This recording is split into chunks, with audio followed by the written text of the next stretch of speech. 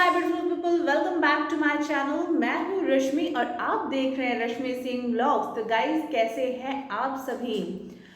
आज तो आपने थंबनेल से ही पढ़ लिया होगा कि मैं क्या कहना चाहती हूँ आज आप सबसे।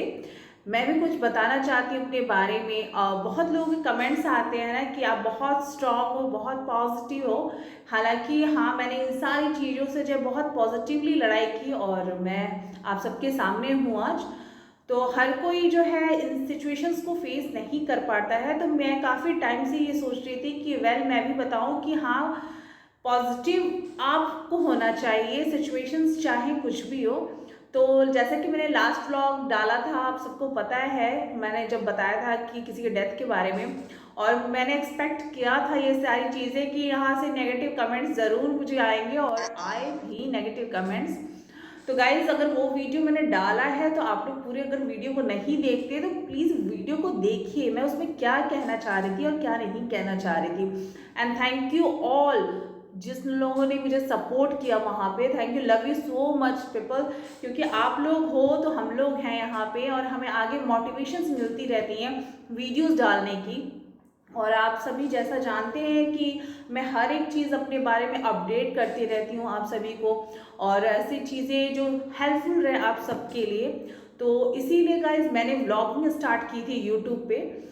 सो गाइज, आज मैं जो बताने वाली हूँ ये है कि प्रॉब्लम हर किसी की लाइफ में आती है। मेरे लिए भी जो है किडनी फेल होना बहुत बहुत बड़ी बात थी, क्योंकि मैं हेल्दी थी, मैं एक हेल्दी हेल्दी लेडी थी। मुझे कभी ऐसे सिम्टम्स नहीं आते थे लाइक कि एकदम से मैं बेड रिडन हो जाऊँ या फिर मैं हॉस्पिटलाइज्ड हो जाऊँ। ऐसी कभी कोई सिचुएशन आई ही नहीं मेरी, अभी तक तो नहीं आई थी जब तक मेरी किडनी फेलियर का पता नहीं चला था। और आप सबको पता है, है बेबी, मेरा बेबी भी सिजेरियन से हुआ था। तो बेबी भी जब होता है तो उस टाइम हर टाइप के टेस्ट होते हैं। डॉक्टर्स को अगर कुछ ऊपर नीचे लगता है then they will ask for the test, but कभी किसी डॉक्टर ने भी मुझसे ऐसा नहीं पूछा था। तो इज़ लाइक मैं सारे काम भी बहुत करती थी। I use to do lots of work, मैं एथलेटिक भी थी। तो मैं बहुत सारी चीज़ें करती थी, बट पता ही नहीं चला कि ये चीज़ें कब क्लिक हो गई। और जब मेरी किडनी फेल हुई तो मैंने पूरी स्टोरी जो आप लोगों को बता रखी है। अगर आपने अभी तक वो स्टोरी नहीं देखी है तो प्लीज़ मेरे प्लेलिस्ट में जाओ आप, और वहाँ पे जाके आप प्लीज़ पोस्ट ट्रांसप्लांट वीडियोस देखो। मैंने अपनी जो पहली स्टोरी थी उसको फिर से अपडेट किया था। वीडियोस को बहुत ज़्यादा लेंथी नहीं खींचना चाहती हूँ। तो गाइज, मैं यही आज शेयर कर रही हूँ कि जिस टाइम ये चीज़ें मुझे पता चली थी, इवन मैं बहुत खुश थी उस टाइम। मैं थोड़ी बहुत मेरे से सिम्टम्स आए थे, मैं वही पीरियड डिले एंड ऑल सारा कुछ हुआ। और जो भी हुआ एक हफ्ते के अंदर हुआ मेरा, एकदम से कहते हैं ना लगातार लगातार लगातार चीज़ें होना। तो जो भी चीज़ें हुई एक हफ्ते के अंदर ही हुई। और उस टाइम मेरा बेबी 3 इयर्स का था, आज 4.5 का हो गया है। तो 3 इयर्स का बच्चा लेके भी उस टाइम तुरंत आईसीयू में एडमिट हो जाना। डॉक्टर्स का कहना है कि अगर 48 आवर्स के अंदर चीज़ें स्टेबल नहीं है then she is not going to survive. क्या क्या चीज़ें, बहुत नेगेटिव नेगेटिव सिचुएशंस आ गई तुरंत। एंड मुझे अपने बच्चे के अलावा और कुछ दिख नहीं रहा था। प्रॉब्लम बहुत ज़्यादा आई, बहुत ज़्यादा आई, क्योंकि किडनी फेलियर एक मजाक नहीं है और एक छोटी सी बीमारी भी नहीं है कि चलो कोई नहीं 2-3 दिन हॉस्पिटलाइज हो जाओगे या 1 महीना हॉस्पिटलाइज हो जाओ, उसके बाद आप क्योरेबल हो and it is going to be okay. वो तो चीज़ें स्टार्ट होती हैं वहाँ से। किडनी फेल हुई तो फिर डायलिसिस होता है, आपका आगे प्रोसेस होते हैं कि अगर आप ट्रांसप्लांट के लिए प्रोसीड करना चाहते हो या फिर अभी डायलिसिस पे ही रहना है आपको, डायलिसिस पे भी रह रहे हो आप, तो और क्या क्या प्रिकॉशंस लेने हैं, कैसे करना है कैसे नहीं करना है, ये बहुत लंबी चीज़ें चलने जाती है। तो उन चीज़ों के बीच में जो है हर कोई आपके साथ होता है, कभी कोई साथ देता है कभी कोई साथ नहीं देता है। और जब साथ नहीं देता है तो वो चीज़ें जो है इफ़ेक्ट करती हैं आपके दिमाग को, आपको, यानी एक रेसिपेंट को, यानी एक पेशेंट को जो सरवाइव कर रहा है उस टाइम, जो सफ़र कर रहा है उस टाइम।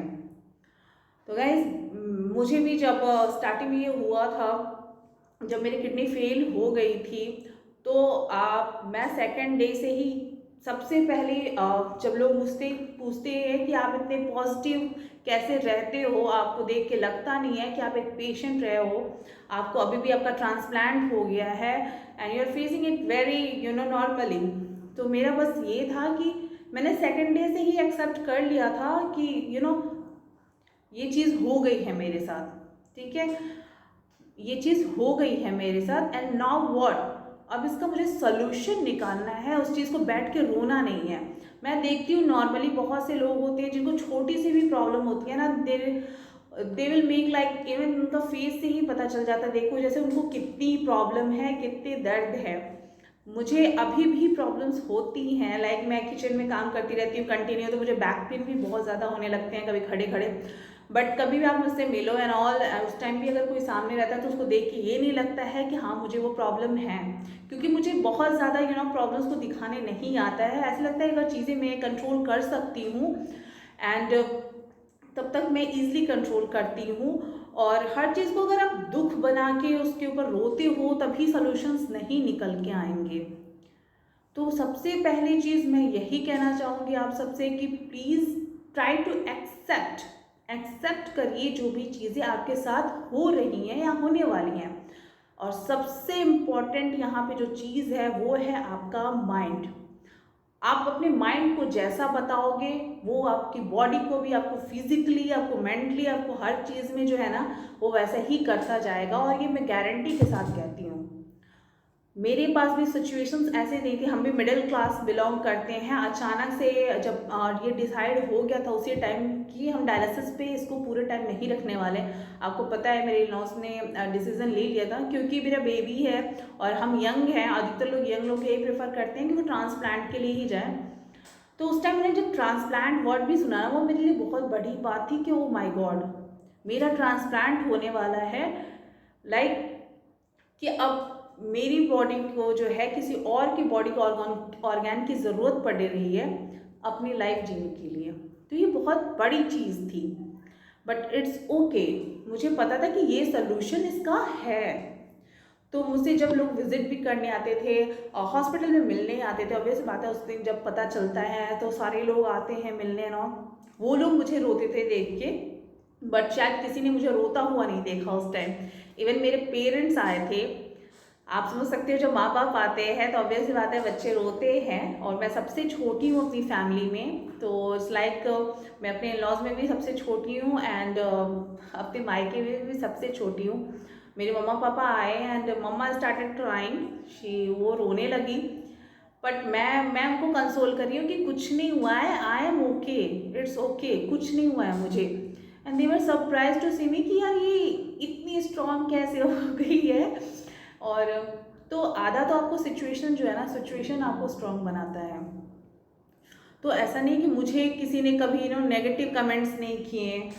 ठीक है, सब लोग सपोर्ट करते हैं, फैमिली में सब लोग सपोर्ट करते हैं, ऑल करते हैं, बट कभी कभी होता है ना कि बहुत कोई लोग इंटेंशनली तो नहीं, लेकिन कभी कभी ऐसा कुछ बोल जाते हैं ना जो आपको हर्ट करता है।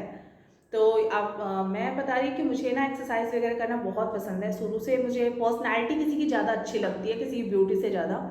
सो मैं अपनी पर्सनैलिटी की बहुत ज़्यादा केयर करती हूँ, एंड अभी भी करती हूँ। So I am a personality lover, and personality अपना हो गया, अपना रूटीन, अपना डाइट एंड ऑल, मुझे बहुत अच्छा लगता है ये सारी चीज़ें करना, स्किन केयर अपनी करना।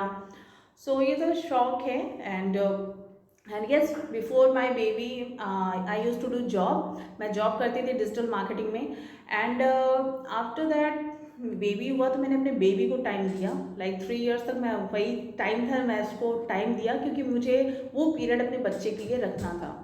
मैं नहीं चाहती थी कि उस टाइम जो है कोई मेड को मैं रख के केयर कराऊँ अपनी बेबी को एंड ऑल। सबका अपना अपना ओपिनियन होता है, खैर इस चीज़ पे मैं कुछ नहीं बोलूँगी। बट एज ए मदर मेरा ये था कि मैं उसको प्रॉपर, जब तक वो स्कूलिंग नहीं करता है, मैं उसको अपना टाइम दूँ।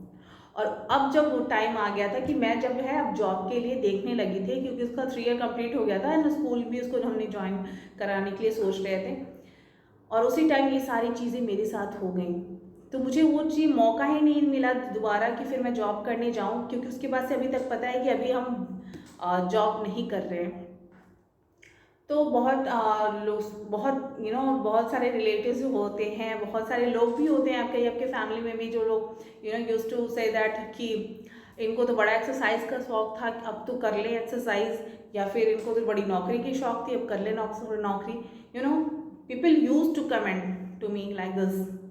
सो मुझे भी बुरा लगता था, लेकिन बहुत सारी चीज़ें थी। आपको अंदर से बुरा लगता है जब कोई और आपके लिए करता है, नो खाना बनाना और तो बहुत सारी चीज़ें थी। और हर टाइम जो है डायलिसिस के लिए जाना, हस्बैंड को जाना पड़ता था, उनकी जॉब नाइट शिफ्ट होती थी, तो उनके भी जॉब में प्रॉब्लम आने लगती थी क्योंकि नाइट शिफ्ट होती थी, मुझे डायलिसिस के लिए जाना था और डायलिसिस का कब अपॉइंटमेंट मिल जाए पता नहीं होता था। और ऑब्वियस सी बात है, हॉस्पिटल में जाओ 5-5 6-6 घंटे तो आपके लग ही जाते हैं, ट्रैवल करके जाना है ना आना। सो बिकॉज ऑफ मी उनका भी जॉब इफेक्ट हो रहा था और जॉब इफेक्ट होने के बाद से आपको पता है कि सैलरीज जो है पूरे नहीं आते हैं, सैलरीज कट के आके, तो हमें कहीं ना कहीं थोड़ा बहुत हर टाइप की प्रॉब्लम थी और मैं वो सारी चीज़ें देख रही थी। कभी कभी ये लोग छुपाने भी की कोशिश करते थे बट नो। तो बहुत सारी चीज़ें होती है ना जो एक पेशेंट को देखनी पड़ती है जब तक उसका ट्रांसप्लांट नहीं हो जाता, इवन ट्रांसप्लांट के बाद भी। तो मैंने वो सारी चीज़ें मैं भी नोटिस करती थी। बट एक चीज़ जो मैंने वो की है वो है कि मैंने अपने माइंड को बहुत पॉजिटिव बना दिया और शुरू से ये चीज़ें मैंने अपने माइंड को बता दिया था कि ये तो अभी कुछ नहीं है और अभी चीज़ें आएंगी। और हुआ वैसे ही। आपको पता है कि मेरा पहला ट्रांसप्लांट पोस्टपोन्ड हो गया क्योंकि उसी दिन मुझे कोविड हो गया। कोविड होना भी बहुत क्या कहते हैं छोटी बात नहीं थी when you are on dialysis, क्योंकि जिस हॉस्पिटल में डायलिसिस कराते थे वो डायलिसिस के लिए तैयार नहीं थे। फिर हमें वापस अपोलो हॉस्पिटल में ही डायलिसिस के लिए जाना पड़ता था। अपोलो हॉस्पिटल में मेरा खाली ट्रांसप्लांट का प्रोसेस हो रहा था, डायलिसिस नहीं, क्योंकि हमें लंबा पड़ जाता था वहाँ जाना है ना आना, लेकिन हमें वहीं जाना पड़ता था। और डायलिसिस जहाँ होता था एकदम से आपको सेपरेट रखा जाता था, डॉक्टर्स भी नहीं होते थे, तो काफ़ी चीज़ें वो होती थी ना, टॉर्चर करने वाली होती थी। फिर आपको ट्रांसप्लांट का प्रोसेस खींचते जा रहा था, खींचते डेट नहीं मिल रहे थे उसके। ट्रांसप्लांट हुआ तो ट्रांसप्लांट के बाद जब आप घर आओ तो वो सारी चीज़ें होती हैं बहुत ज़्यादा मेंटली टॉर्चर टाइप की चीज़ें होती हैं। आप अकेले रहते हो रूम में, नहीं निकल सकते बाहर, किसी से ज़्यादा कांटेक्ट नहीं, मतलब नहीं है एंड ऑल। आपको अपना ध्यान भी रखना है। तो गाइज हर किसी की लाइफ में मैं ये कह रही हूँ कि बहुत सारी प्रॉब्लम्स होती हैं, जो भी मेरी लाइफ में भी आई प्रॉब्लम्स। ऐसा नहीं है कि मैं बहुत ज़्यादा खुश थी, मैं बहुत ज़्यादा ये थी, बस यही था कि हाँ मुझे हर वक्त लोग सपोर्ट करने वाले थे। आज भी कभी कभी चीज़ें होती हैं जो हर कोई नहीं समझता है। इट्स लाइक आपको ट्रांसप्लांट हो गया है, अब क्या बात है, कितने लोग का रिएक्शन ऐसा होता है।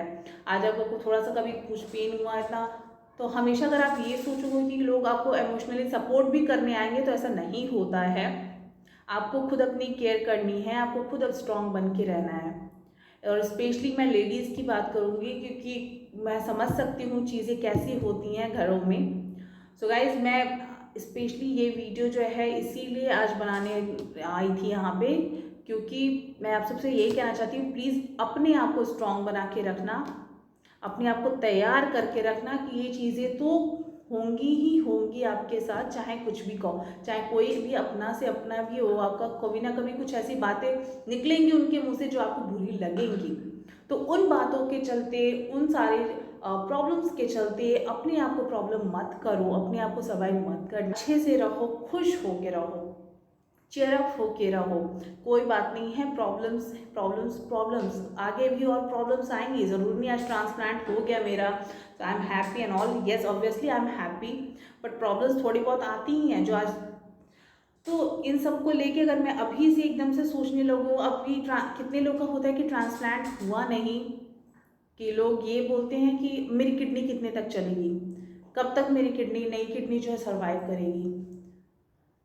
तो आपको तो खुश होना चाहिए कि आपका ट्रांसप्लांट हो गया और आपकी अभी नई ज़िंदगी मिल गई, लेकिन नहीं, अभी लोगों को ये पड़ी हुई कि मेरी नई ज़िंदगी कब से चलेगी कभी। आप बिलीव नहीं करोगे, मैंने आज तक ये क्वेश्चन अपने डॉक्टर से नहीं पूछा है कि डॉक्टर मेरी नई किडनी जो है कि कब तक सर्वाइव करेगी। ना मैंने कभी गूगल पे सर्च किया, ना मैंने कभी यूट्यूब पे आके सर्च किया कि नई किडनी जो है ट्रांसप्लांट के बाद कब तक चलेगी।